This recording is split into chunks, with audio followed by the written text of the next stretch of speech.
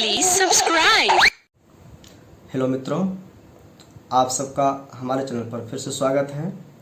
आज हम लोग बात करेंगे एक लेख के बारे में, एक मानवता से संबंधित, जीव जंतुओं से संबंधित, प्रकृति से संबंधित, इस ब्रह्मांड से संबंधित, कम से कम अपने धरती से संबंधित जितने भी जीव हैं और उसमें हम मानव, हमारा क्या दायित्व था और हमने क्या किया, इसका रिटर्निंग, इसका रिजल्ट हमको क्या मिला, इस पर एक लेख है। उस लेख का हम लोग पाठ करेंगे और देखेंगे कि जिन्होंने भी लिखा है क्या विचार लिखा है। तो इस लेख का नाम है आओ मौत का करें आलिंगन। आओ मौत का करें आलिंगन, यही है इस लेख का अब हेडिंग। इस पर हम लोग देखते हैं आगे कि कितनी गहराई से किस बात को रखा गया है।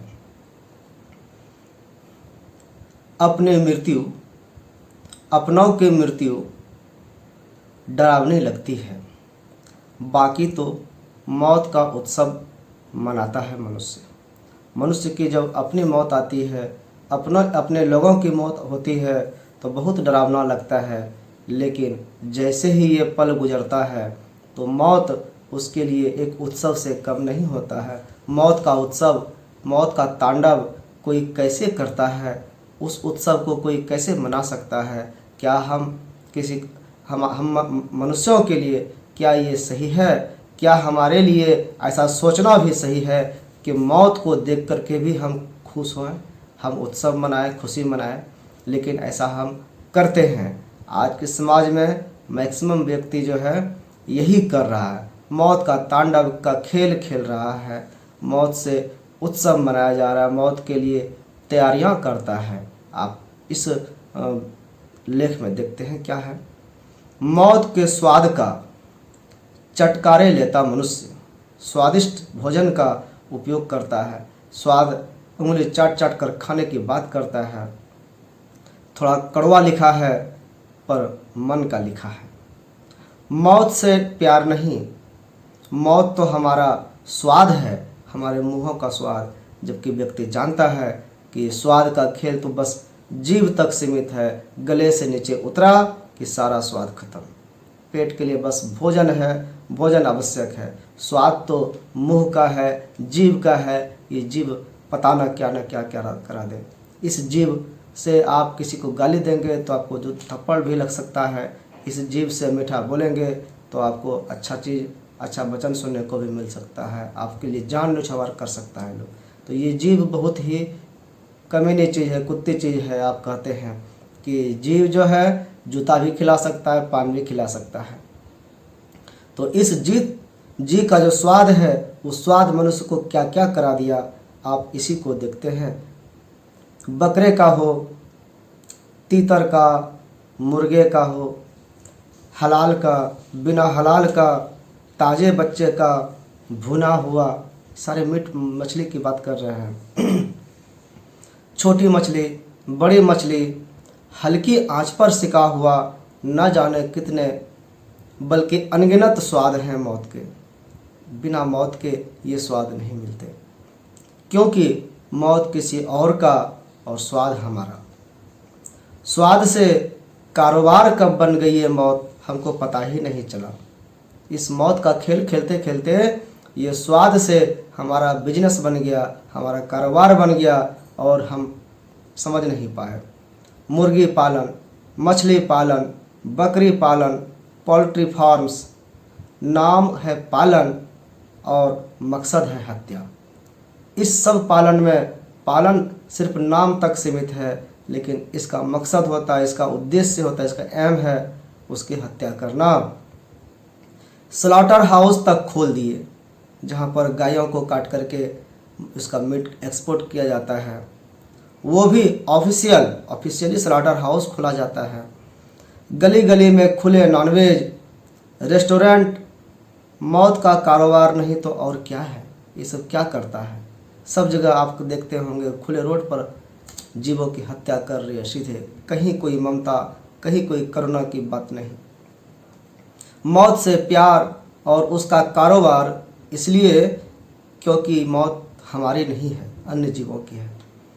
जो हमारी तरह बोल नहीं सकते, अभिव्यक्त नहीं कर सकते अपने दुखों को, अपनी सुरक्षा स्वयं करने में समर्थ नहीं है, जो उनकी असहायता को हमने अपना बल कैसे मान लिया, उसकी कमजोरी को हमने अपना बल मान लिया। कैसे मान लिया कि उनमें भावनाएं नहीं होती है, या उनकी आहें नहीं निकलती है। क्या उनको तकलीफ नहीं होता? क्या वो आह नहीं भरता है? क्या वो उसके दिल में करुणा की भावना नहीं होता होगा? वो आह आह माँ माँ नहीं चिल्लाता होगा जब उसको काटा जाता है? डाइनिंग टेबल पर हड्डियां नोचते बाप। पिताजी हड्डी खुद खा रहे हैं और बच्चों को सीख देते हैं, बेटा कभी किसी का दिल मत दुखाना। दिल नहीं दुखाना किसी का, जबकि खुद दुखा रहे हैं दिल। किसी की हत्या करके उसकी हड्डी को चूस रहे हैं, नोच रहे हैं, खा रहे हैं, और बच्चों को सिखाते हैं कि तकलीफ़ नहीं देना। क्या पिताजी को समझ में ये आया कि आपने जिस जानवर की हत्या करके उसको आप खा रहे हैं, उसको भी आप तकलीफ़ दे रहे हैं, लेकिन आप शिक्षा दे रहे हैं कि तकलीफ़ नहीं देना। किसी की आहें मत लेना, किसी की आँख में तुम्हारी वजह से आंसू नहीं आना चाहिए, ऐसी शिक्षा देना। क्या हम इस शिक्षा देने लायक हैं?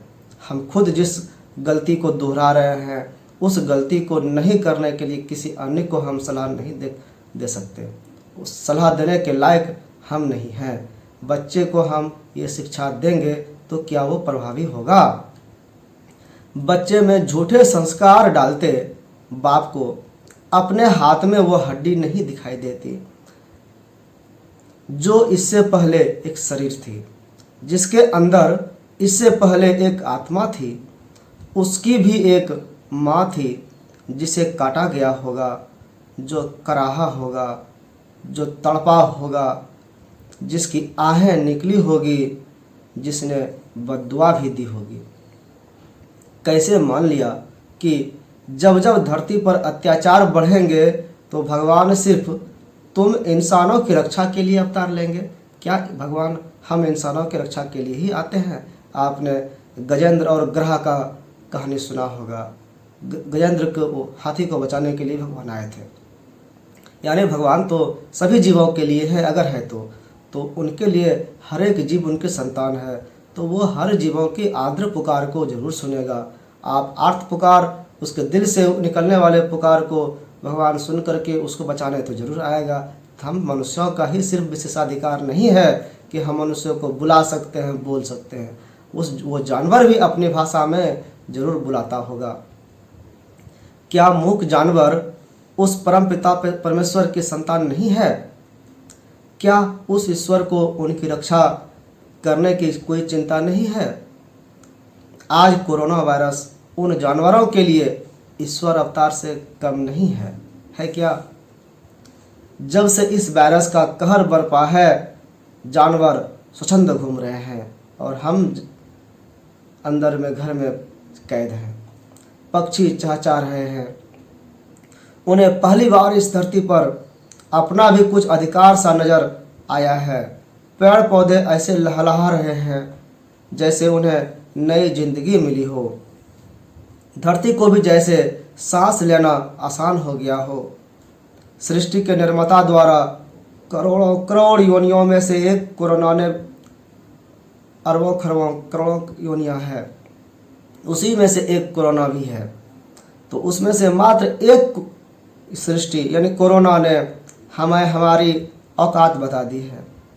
घर में घुस के मारा है और मार रहा है, और उसका हम सब कुछ नहीं बिगाड़ सकते। अब घंटियां बजा रहे हो, इबादत कर रहे हो, प्रेयर कर रहे हो, भीख मांग रहे हो ईश्वर से कि उससे हमें बचा लो। धर्म की आड़ में उस परम पिता के नाम पर अपने स्वाद के लिए कभी ईद पर बकरे काटते हो, कभी दुर्गा माँ या भैरव बाबा के सामने बकरे की बलि चढ़ाते हो, कहीं तुम अपने स्वाद के लिए मछली का भोग लगाते हो। कभी सोचा क्या ईश्वर का कोई स्वाद होता है? क्या है उनका भोजन? किसे ठग रहे हो? अल्लाह को, जीसस को, या खुद को, ईश्वर को? किसको ठग रहे हो? मंगलवार को नॉनवेज नहीं खाता। आज शनिवार है इसलिए हम नॉनवेज नहीं खाते हैं। अभी रोजे चल रहे हैं। नवरात्रि में तो सवाल ही नहीं उठता है कि हम नॉनवेज खा लें। लहसुन प्याज तक नहीं खाते। झूठ पर झूठ, झूठ पर झूठ बोलते जा रहे हैं। फिर कुतर्क सुनो, फल सब्जियों में भी तो जान होती है, क्या खाएं? सब्जियां भी तो, उसमें भी तो जान होती है, वो भी तो जीव हत्या है। तो जीव हत्या उसमें अगर उसको कर सकते हैं तो जानवरों को भी हम खा सकते हैं, हमको खाने का अधिकार मिल जाता है। तो सुनो, फल सब्जियां संसर्ग नहीं करती, एक दूसरे से मिलती नहीं है, सेक्सुअल रिलेशन नहीं बनाता है वो, ना ही वो किसी प्राणी को जन्म देता है। फल से फल जन्म नहीं होता है, उसके बीज से होता है। बीज को हम बर्बाद नहीं करते, खा करके ही हम उसका उपयोग कर पाते हैं। आप बायोलॉजी में देखे होंगे कि फल क्यों बनता है वृक्ष में, तो इसलिए कि उस फल को हम खा सकें। हम अपने लोभ के लिए उसको खाते हैं और उस बीज को हम फेंक देते हैं, जिससे कि उसका प्रचार प्रसार होता है। एक क्षेत्र से दूसरे क्षेत्र में वो पेड़ पौधे जाते हैं और वहाँ पर उसका विचरण होता है। वो वहाँ पर नए रूप में, नए पौधे के रूप में फिर खड़े होते हैं, फिर नए उनका आगे बढ़ता है जनरेशन। तो ये संसर्ग नहीं करती है, ना ही वो किसी प्राण को जन्मती है, इसलिए उनका भोजन उचित है। वो जीव उस तरह का जीव नहीं है जिससे जीव हत्या लगे। ईश्वर ने बुद्धि सिर्फ तुम्हें दी ताकि तमाम योनियों में भटकने के बाद मानव योनि में तुम जन्म लेकर के मृत्यु के चक्र से निकलने का रास्ता ढूंढ सको। लेकिन तुमने इस मानव योनि को पाते ही स्वयं को क्या समझ लिया कि हम ही भगवान हैं।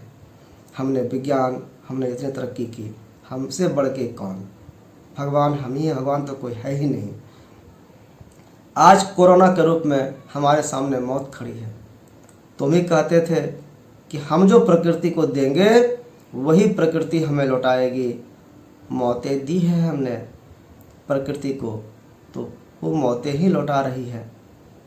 बढ़ो तो आलिंगन करो मौत का। यह संकेत है ईश्वर का कि प्रकृति के साथ रहो, प्रकृति के होकर रहो, वरना ईश्वर अपने ही बनाई कई योनियों से सबको समाप्त कर सकता है। एक ही योनि कोरोना हमारे लिए खतरनाक हो सकता है। अगर कई योनियां मिल जाए बर्बाद करने के लिए, तो क्या हम बच पाएंगे? ईश्वर अपने ही बनाई कई योनियों को धरती से हमेशा के लिए विलुप्त कर चुका है, एक्सटिंक्ट हो गया है, गायब हो गया है। डायनासोर बस नाम है। उन्हें एक क्षण भी नहीं लगेगा बर्बाद करने में, विनाश करने में, गायब करने में। प्रकृति की ओर चलो, यही मानव के लिए उत्तम विकल्प है। आप सबका बहुत बहुत धन्यवाद।